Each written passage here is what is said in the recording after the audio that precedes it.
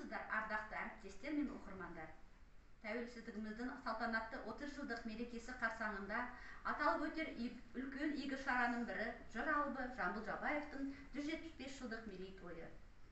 Заманына 20 ғасырдың гомері, жыр дүлдүлі, ғасыр ақыны, жыр алыбы Жамбыл Жабаевтың 175 жылдығына арналған 100 жыл жырлаған жүрек атты портрет кешімізді назарларыңызға ұсынамыз.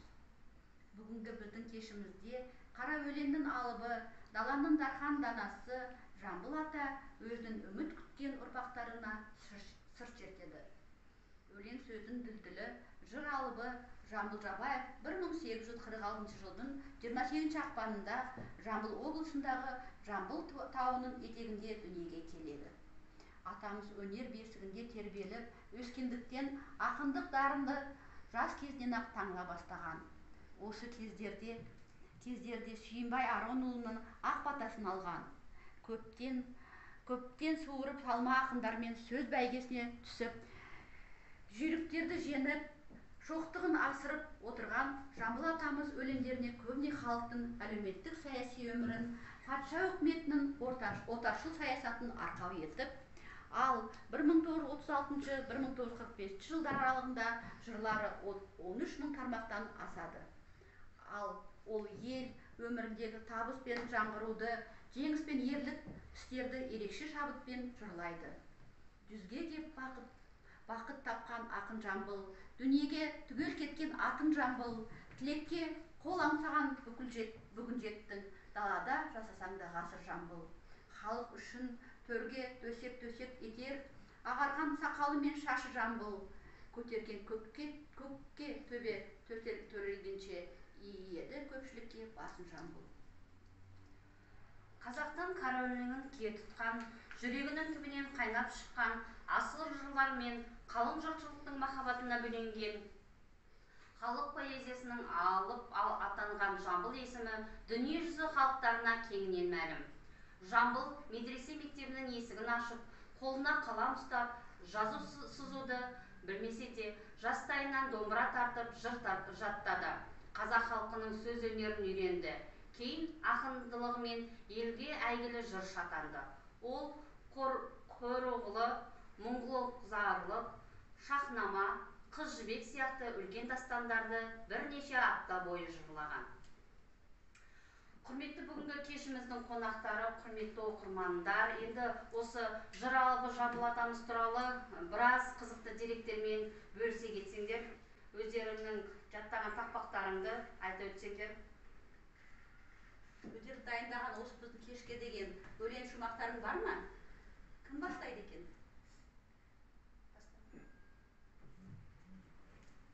Жамбыл Жабаев. Шәкірт балаларға. Балдырған балғын балалар, мойнына қызыл байлаған, майысып сұлу мәуесі, түрлері гүлдей жайнаған. Мектеп бопынық әуесі, жасынан білім ойлаған, айналам сенде жеткіншек, қарасам көзім тоймаған. Ой, рахмет. Тағы да кімде бар екен өлең шумақ? Жамбыл Жабаев, Алатау. Сілген таулары бар жетісудың, ішінде орман тоғай біткен нудың. Дариядай тулап аққан сол таулардан көресің тамашасын аққан судың. Есепсіз тау суреті көз жетпейтін, қарасаң жырлауға көп тіл жетпейтін. Алма жеміс жидектер көп, бір татсаң аузыңнан дәм кетпейтін. Қарлы тау басы биік мұнар кетпес, сырласып бұлттар менен болған кептес. Түлі аңдар мекен етіп өсіп өніп, жүреді бір-бірімен боп тілектес. Рахмет. Кім бар екен? Анеке, Інжу. Жамбыл Жабаев. Балаларға. Балалар амандысың шырақтарым, майысып көлге кеткен құрақтарым, жүрмесем есемдесіп тұра алмаймын, ішінен азып кетсе бір аптаның. Қонаққа келді міне Жамбыл атаң, сан жылдар жүк көтерген бүкір жыртаң, қарт бабаң дәуіріне мейір басқанған. Жамбыл Жабаев, Казахстан. Есть земля и на ней живет славных воинов гордый народ. По зеленым ее полям бродит тучный сытый скот. Есть страна, где велик простор океанов, полей и гор, и прозрачный, как лунный свет, и безбрежный, как даль озер. Там лесов недоступных тень, там зеленых шаляв сень, там широкой степи окын ты встречаешь и ночь, и день. Есть земля, что в себе хранит медь, железо, свинец и гранит, и об этой земле твоя молодая добра звенит. Спасибо большое. Тағы да балалар, нелерің бар дайындаған Жамбыл атама туралы? Жамбыл атамыз жайлы біраз деректер. Жамбыл 10 жасынан бастап қолына домбыра алып өлең шығара бастаған. Ақынның соғыс жылдары отан қорғау тақырыбына арнап шығарған жырларының жалпы көлемі 3000 жылдан асады. Жамбыл ата хат танымағандықтан оның әдеби хатшылары болған Әбділда Тәжібаев, Қақпан Сатыбайдың, Қалмұхан Әбдіқадыров, Ғали Орманов, Тайыр Жароков, Мұхтар Әуезов, Сәбит Мұхтары кезекпен келіп бірге жұмыс істеген. 1913 жылы Романтовтар әулеті 300 жылдық мерейтойына атап өтеді. Бұл тойға жетісу ақын жырлары Жамбыл атамыздан бастап, сол кезде Жамбыл атамыз 67 жасынан тұңғыш рет фотосуретке түскен. Рахмет. Әлемнің жоғарғы заң шығарушы органдардың депутаттарының арасында жасы ең үлкен болыпты. Мұндай жағдай әлемнің ешбір елінде болмаған, яғни ол 92 жасында ең жоғарғы заң шығарушы орган қазақ ксепі жоғары кеңесінің депутаты болды. 1938 жылы депутат болып сайланған кезде депутаттық сессиялық мандатын өлең жолдарымен ашып тарихта қалған. Есте сақтау қабілеті өте тамаша болған. 92 жасына дейін оның бірде-бір өлеңдері қағаз бетіне сақталмаған екен. Тек 92 жасында ғана хатшылар тағайындалып, қазіргі уақытта 3000-ға жуық өлеңдері қағаз бетінде түскен. Шығармалы 44 тілге аударылып дүние жүзіне таратқан. Не деген керемет деректер айтылып жатыр, иә? Міне Нұрайдың айтқан дерегінен түсініп тұрсыңдар ма? Жамбыл атамыз сонда халық жыршысы болған екен. Тек ол кісінің өлең жырларының бәрін қағазға түсірмей, ауыз түрінде, иә? Өзі айтып жырлап жүрген екен. Сонда Нұрай не айтып жатыр? Қанша жасында дейсің Нұрай? Қағаз түрінде түскені бетіне 92 жасқа келген кезде Жамбыл атамыз тек сол жасында ғана бұл кісінің өлеңдері қағаз бетіне жазылып түсе бастаған екен. Естерінде сақтап алыңдар, не деген керемет деректер айтылып жатыр.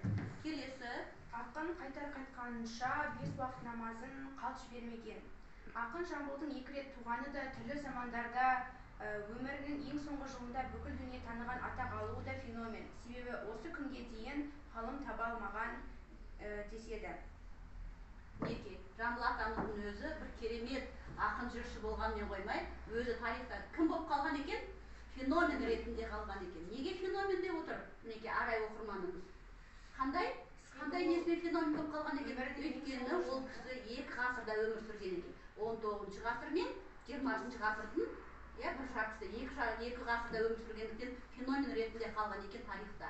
Сонымен қатар тағы да Арай не ретінде қалған екен феномен болып?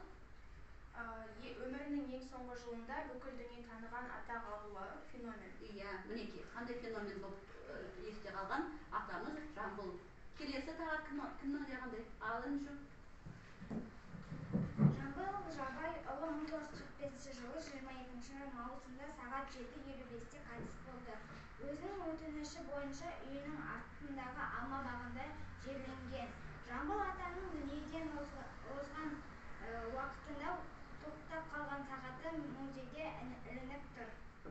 Бұл да бір жақсы бір әдемі қызықты деректердің бірі екен, Жамбыл атамыз туралы. Көрдіңіздер ме? Жамбыл ата өзі көзі жұмып о дүниеге аттанған кездегі сол сағаты сол уақытта тоқтап қалған екен дейді. Сол тоқтап қалған уақыт бойынша, уақытын айтып жүрші, 7:55 дейді. Сол уақыттан бері сол тоқтаған сағат әлі дейін өзінің қайда? Мұражайында, музейінде нақты ілініп тұр екен. Міне бұл да бір жақсы бір керемет деректердің бірі. Тағы да қандай деректерің бар екен? Осы осымен бітті ма деректерім? Рахмет, ізденіп, біздің кешімізге осылай дайындалып, өлеңдерімді жаттап, осындай деректерімді жинақтап келгендерге көптен көп рахмет. Осы журналды Жамбылдан естерінде қалған біраз осындай мәліметті тыңдап отырғандарыңызға көптен көп рахмет сіздерге. Каникулға қарамастан, мінекей біздің оқырмандарымыз осындай кештерімізге келіп, қатысып, мінекей біраз деректерін жинақтап, өлеңдерін жаттап жүргендеріне алғысымызды білдіреміз. Екі ғасырдың куәсі, жыршы жырау, халық ақыны, ірі айтыскер ақын Жамбыл Жабаев 1938 жылы Ленин орденімен, 1939 жылы құрмет белгісі орденімен, 1941 жылы КСР мемлекеттік сыйлық берілді. 1943 жылы майданда ұлы Алғадай қаза тапты. Бұл Жамбыл атамыздың ұлы екен. 1941-45 жылдар қандай соғыс болды білесіңдер ме? Балалар? Ұлы Отан соғысы, иә? Міне сол ұлы Отан соғысын көрген кісі екен осы Жамбыл атамыз. Сол соғыста мінекей айтып жатырмыз, Алғадай деген ұлы қаза тапқан екен. 1945 жылы 22 маусымда негізі өзіміз сол соғысымыз қай жылы бітті? 45 жылы 9 мамыр, біздің жеңіс күніміз. Ал бұл кісі болса естерінде сақтаңдар, 1945 жылы 22 маусымда негізі сонда сол жеңістен кейінгі бір айдан астам уақыт қой, солай болып тұр ма? 45 жылы 22 маусымда Жамбыл дүние салды дейді.